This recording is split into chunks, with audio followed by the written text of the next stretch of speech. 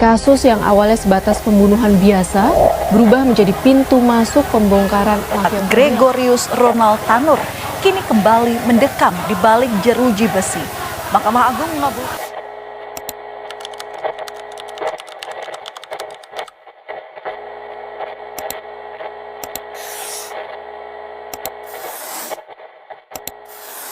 Inilah tumpukan emas batangan dengan total berat hingga 51 kg yang ditemukan di rumah Zarov Rikar, tersangka kasus dugaan tindak pidana pencucian uang pada 10 April 2025 lalu.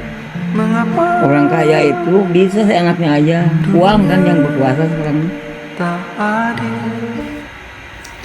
Oktober 2024, publik dikejutkan dengan ditemukannya uang hampir 1 triliun rupiah di rumah seorang mantan pejabat di Mahkamah Agung. Ini bukan cuma soal angka, uang ini adalah simbol betapa gelapnya peradilan di Indonesia. Inilah awal mula terungkapnya kasus skandal suap, vonis bebas Ronald Tanur. Masalah bermula di Pengadilan Negeri Surabaya, di mana hakim yang seharusnya menjadi wakil Tuhan justru memberikan vonis bebas terhadap terdakwa pembunuhan Ronald Tanur meski bukti sangat kuat. Gregorius Ronald Tanur divonis bebas oleh Majelis Hakim Pengadilan Negeri Surabaya Rabu kemarin dalam kasus pembunuhan terhadap kekasihnya, Dini Sera Afrianti. Mengapa pengawasan internal gagal mendeteksi adanya kesepakatan jahat di balik ketukan palu? Dalam kasus ini, jaksa penuntut umum tidak hanya menuntut perkara pokok, tetapi juga menjalankan fungsi penyidikan pada tindak pidana korupsi. Saja yang terlibat dalam dugaan pemberian suap dan gratifikasi dan kemungkinan adanya nama lain yang bisa jadi tersangka. Kejaksaan Agung bergerak cepat melakukan operasi tangkap tangan terhadap 3 hakim Pengadilan Negeri Surabaya yang terlibat. Mahkamah Agung diketahui menjatuhkan vonis 5 tahun penjara kepada Tanur yang membatalkan vonis bebas di tingkat Pengadilan Negeri Surabaya. Teman-teman, ini menunjukkan bahwa fungsi check and balances antar lembaga penegak hukum sangat krusial ketika integritas hakim mulai runtuh. Di mana Komisi Yudisial?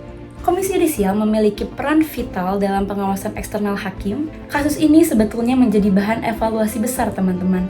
Sejauh mana rekomendasi sanksi dari Komisi Yudisial terhadap Mahkamah Agung dapat ditaati. Karena tanpa sinergi dari Komisi Yudisial dan Mahkamah Agung, pengawasan terhadap hakim hanya akan menjadi sebuah macan kertas. Masalah paling kronis dalam peradilan kita adalah adanya maklar kasus Zarov Rikar, seorang mantan pejabat di Mahkamah Agung yang diduga telah menjadi jembatan suap selama 10 tahun. Terdakwa tidak mendukung program pemerintah yang sedang gencar-gencarnya melakukan pemberantasan. Pengadilan terhadap Zarov Rikar bukan sekedar sidang tindak pidana korupsi biasa, melainkan sebuah ujian kredibilitas bagi institusi kehakiman. Saat hakim mengetukkan palu dan menyatakan Zarov terbukti bersalah, pengadilan sedang mengirimkan pesan kuat bahwa tidak ada imunitas bagi mereka yang memperjualbelikan hukum. Namun, vonis ini hanyalah awal. Tugas besar sesungguhnya adalah membedah bagaimana sistem pengawasan kita bisa kebobolan begitu lama, dan memastikan bahwa makelar tidak lagi memiliki kursi di rumah keadilan.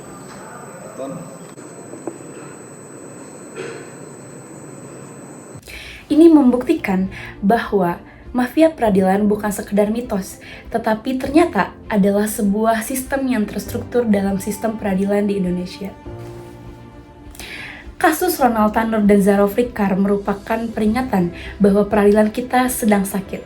Reformasi bukan lagi suatu pilihan, tetapi menjadi keharusan bagi peradilan di Indonesia.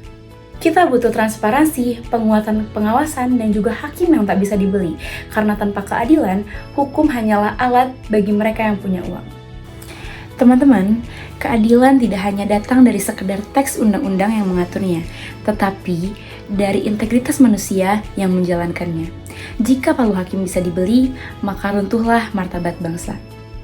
Reformasi peradilan bukan lagi sebuah pilihan, melainkan menjadi sebuah keharusan untuk tetap menegakkan hukum.